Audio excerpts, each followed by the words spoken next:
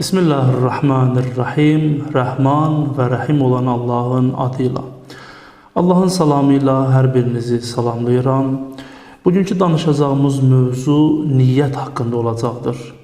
Hz. Muhammed sallallahu aleyhi ve aleyhi ve sellem bir hadis-i şərifdə buyurur ki, bütün əməllər niyyətə bağlıdır. Ümumiyyətlə, mümin, müsəlman hər bir işi yerinə yetirərkən niyyətin bəlli eləməlidir. Biz ibadət məsələlərinə baxanda da görürük ki, ilkin şərt olaraq niyyət qeyd olunur. Məsəl üçün, biz namaz qılarkən, oruç tutarkən və digər əməlləri yerinə yetirərkən bizdən tələb olunan ilkin şərt niyyəti bəlli eləməkdir. Ona görə də bütün Peyğəmbərimizin buyurduğu kimi bütün işlər, bütün əməllər niyyətə bağlıdır.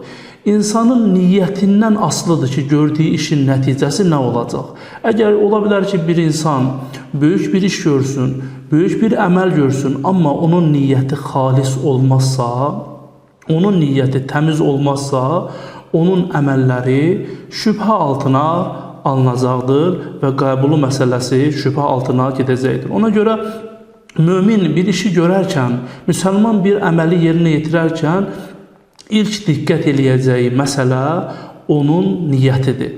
Hər hansı bir işi görərkən biz niyyətimizi bəlli eləməliyik, niyyətimizə diqqət eləməliyik.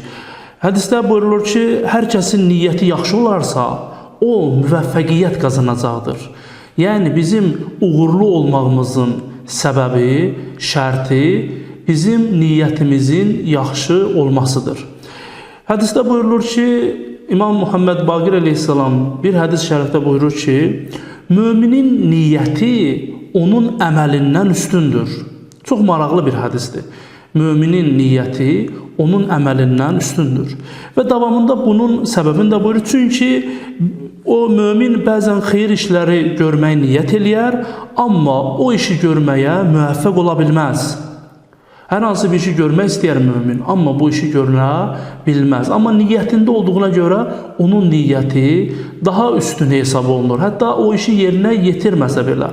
Kafir haqqında isə buyurur, həmin hədisin davamında buyurur ki, kafirin əməli isə, kafirin niyyəti isə onun əməlindən daha pisdir. Çünki kafir daim ağlında pis niyyətlər gəzdirir və daim ümid eləyir ki, fürsət tapan kimi həmin pis işi yerinə yetirsin, amma bəzən o pis işi yerinə yetirmir. Bu hədisi də biz psixoloji cəhətdən analiz eləsək, görərik ki, mömin niyə görə əməli, niyə görə niyyəti əməlindən üstündür? Çünki mömin bir işi yerinə yetirirsə, niyyətində daha üstün bir iş tutur. Sadəcə gücü çatdığı əməli yerinə yetirir, amma niyyətindəki daha böyük fədakarlıqlardır, daha böyük xidmətlərdir. Ona görə də möminin əməli, möminin niyyəti əməlindən daha üstündür. Hətta hədis-i şəriflərdə qeyd olunur ki, qiyamətin günündə insan əməl dəftərini açanda görər ki, orada bəzi əməllər vardır ki, onu yerinə yetirməyib, amma bu şəxsin, bu möminin əməl dəftərinə bu xeyir əməllər yazılmışdır. Bu səbəbdəndir ki, mömin o işi yerinə yetirməyi niyyət eləmişdir. Gücü, qüvvəsi olmadığına görə, eləmək fürsəti olmadığına görə bu xeyir işi yerinə yetirə bilməyib. Amma niyyəti, əgər mən gücüm çatsaydı bu işi yerinə yetirəcəkdim, belə niyyət olduğuna görə Allah Teala ona həmin niyyətinə görə, həmin əməlin savabını vermişdir. Ona görə də mömin bir işi yerinə yetirirsə, o niyyətindəkilərin ən mümkün olanı yerinə yetirir. Amma zehnində ola bilər, ağlında ola bilər ki, böyük fədakarlıqlar var, böyük savablar var, amma tam onları yerinə yetirə bilmir.